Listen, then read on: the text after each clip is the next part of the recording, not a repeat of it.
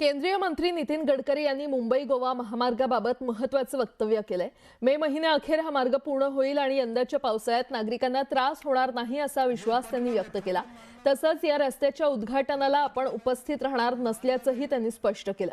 कोल्हापूर रत्नागिरी मार्गही लवकर पूर्ण होणार असल्याची माहिती त्यांनी दिली।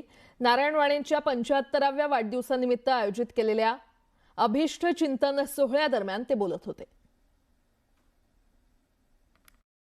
या वर्षी मे महिना समाप्त होण्याच्या आधी मुंबई गोवा मार्ग पूर्ण होईल आणि या पावसाळ्यात तुम्हाला त्रास होणार नाही असं राणेसाहेब वारंवार मला सांगतात। आणि त्याचप्रमाणे कोल्हापूर टू रत्नागिरी हा 90% रस्ता पूर्ण झालेला आहे।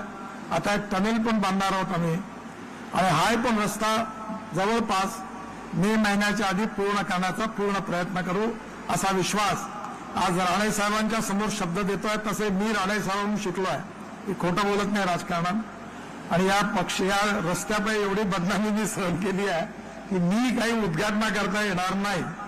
मी आता देवेंद्रजींना सांगितलं की आपण दोघं मिळून गाडीत बसवून एकदा मुंबईवरून निघून धुळ्याला जाऊन तिकडनं विमानाने निघून जाऊ नागपूरला।